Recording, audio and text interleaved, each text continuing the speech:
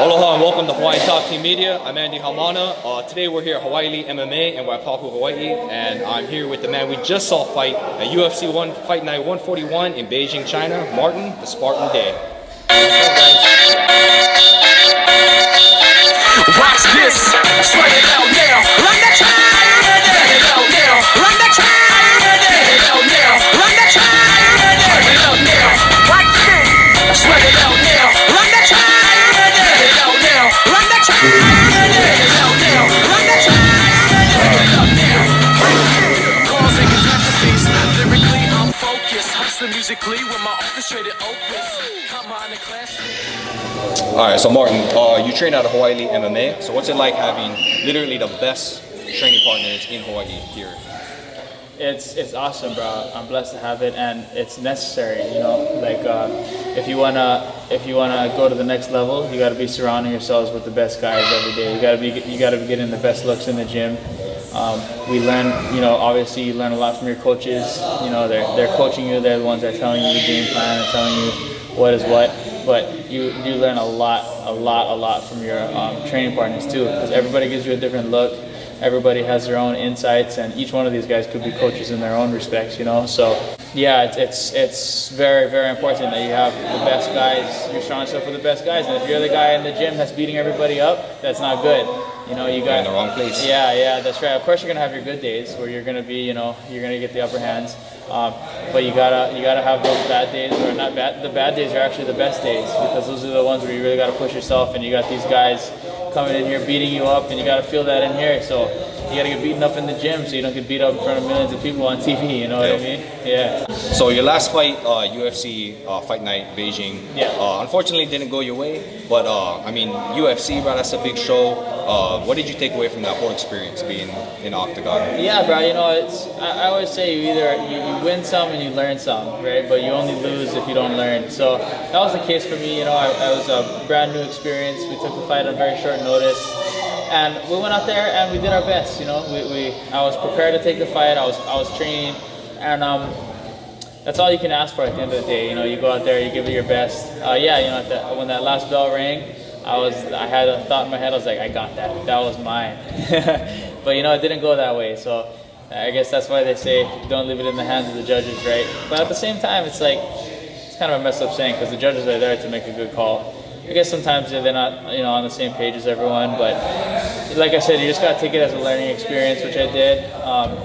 No matter how good you do in a fight, you can always improve. The biggest room in the world is the room for improvement, right? So just got to get back in the gym and get better, and next time take the judges out of the picture. You come from a Taekwondo background. Yeah, that's your background. So was that what sparked your interest in MMA, or was it kind of a natural transition from kickboxing like most Taekwondo guys get to? Yeah, it was. I've always been interested in all types of martial arts, and growing up, for as long as I can remember, I've wanted to do martial arts. But at first, when I first started doing kickboxing and stuff, I was like, yeah, MMA is probably not for me. But you know, you just fall in love with the next stage, you know. And me, this is like addicting to me. This is what I need to do, and the improvement that I see in myself, and when I go to the gym and when I'm training, that's what gets me hooked. So, you know, I was doing real good in my amateur kickboxing career, but I kind of wanted to take it to the so-called next level, which in my, you know, MMA is like you have to be a well-rounded fighter and fight in all areas, right? So, yeah, I wanted to do MMA from there, from doing kickboxing, and did some amateur. I have 3 amateur MMA fights, and I went pro from there. Well, bro, you're doing obviously really good, because UFC, bro, that's the pinnacle at the moment. Yeah. So also, we got to talk about it. The Ryan Mandala spinning back kick knockout. Like being on the receiving end of head kicks, knockouts, and being on the other side of giving them. Like, how does that ever affect you? Because that's, you know, it's a scary thing, you know, especially a wheel kick. You know, that's a heavy kick, bro. Yeah, bro. It's sneaky, you know. It's not always the heavy ones that hurt you. It's the ones you don't see, right? It's all about the timing. So that's the awesome thing about that kick. If you set it up properly, you really execute it to a T. It's really hard to land, but when it does land, it's a highlight reel. Man. People love to see it, and it feels good to land it.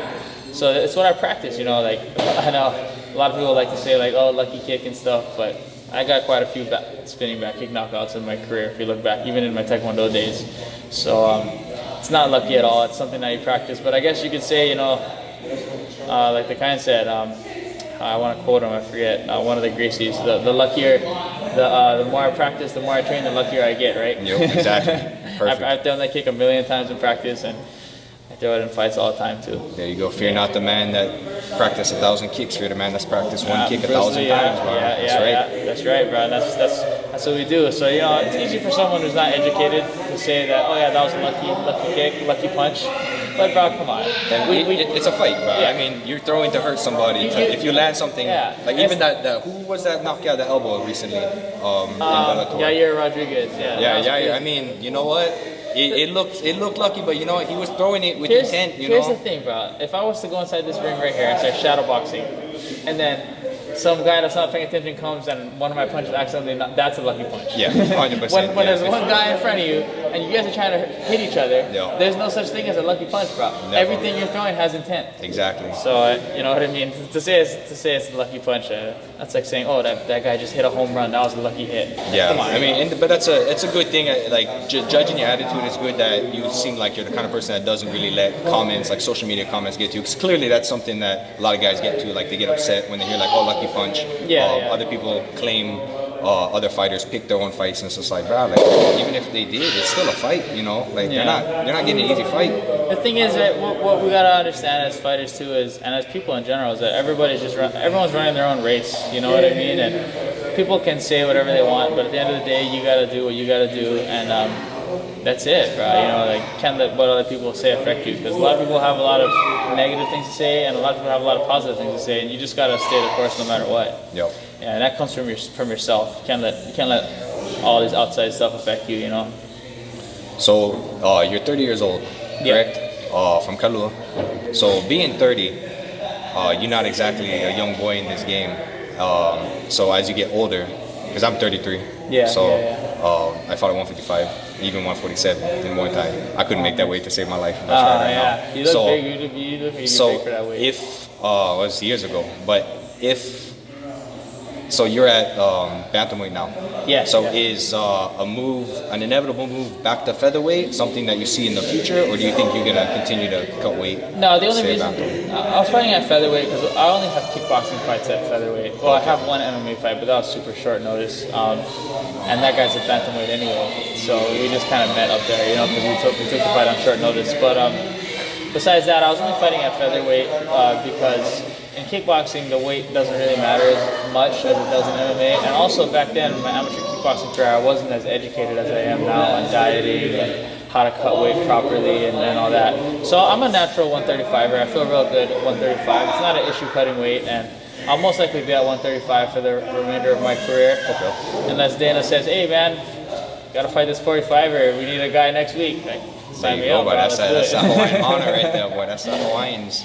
Taking bro. fights anywhere, anytime. But other than that, for like full camps and, you know, regular notice fights, we go bantamweight. And, you know, I don't know if you know, but I have fights at flyweight too, at 125. That's those days are over. But so a big benefit to fighting is you get to travel a lot. You go to a lot of different places. What are some places you've been to, and where's a lot of places that you'd like to go back to?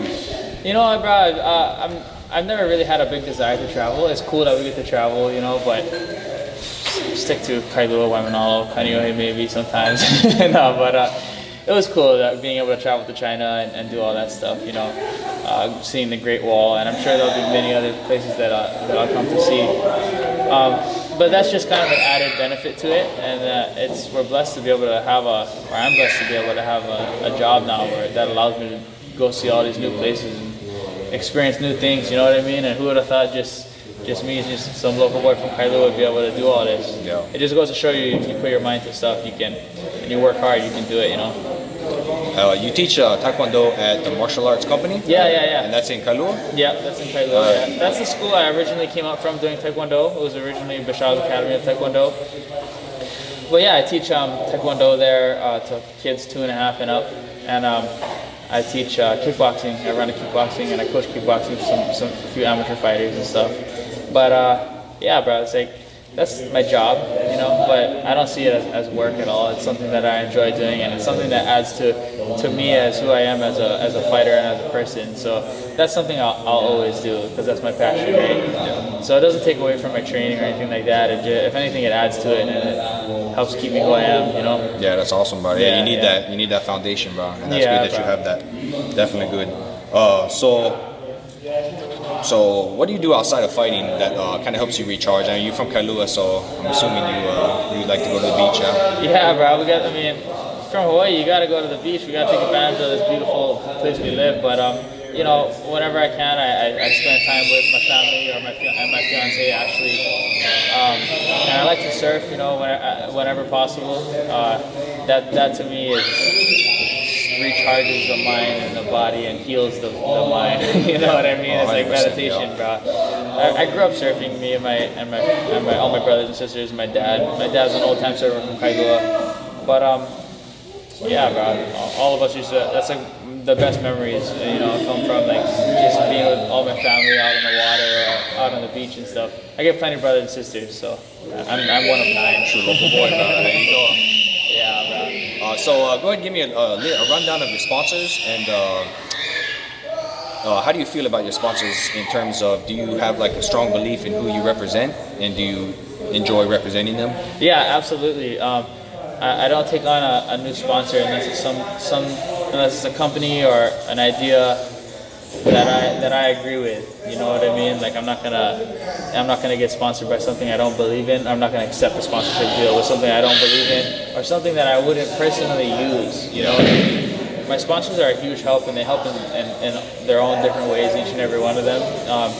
Of course, there's the financial aspect of training camp, and you got to deal with that. You know, even when you get to the UFC, there's still a lot of stuff that has to be paid out. There's still a lot of things you got to take care of. There's cornermen that got to be flew out, all that stuff. So the financial end with the sponsors definitely helps with that. And then you got sponsors that help you out with services like my chiropractor and things like that. Sorry, we got kids running around over here. This is little mini Russell Dawn. Oh, no, about it. Oh, no. All right, go on the side. Go on the side. Go see your dad. Get him. Yeah, that's the kids of the gym right there. Yes, sir.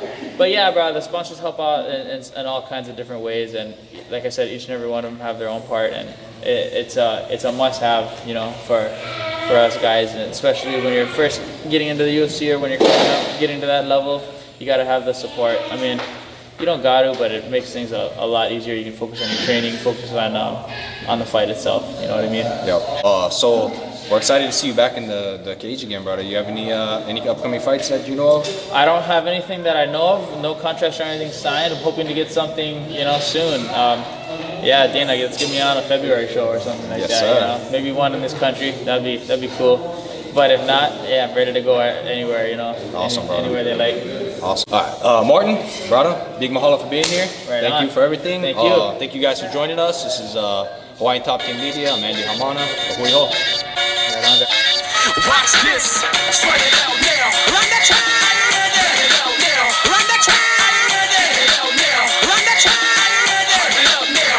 Watch this, sweat it out now. Run that track, run it out now. Run that track, run it out now. Run that track, run it out now. Watch this. Causing catastrophes, lyrically I'm focused. Hustling musically with my orchestrated opus. Come on, a classic. Welcome to the sequel of the Come on, a classic. IA logo on my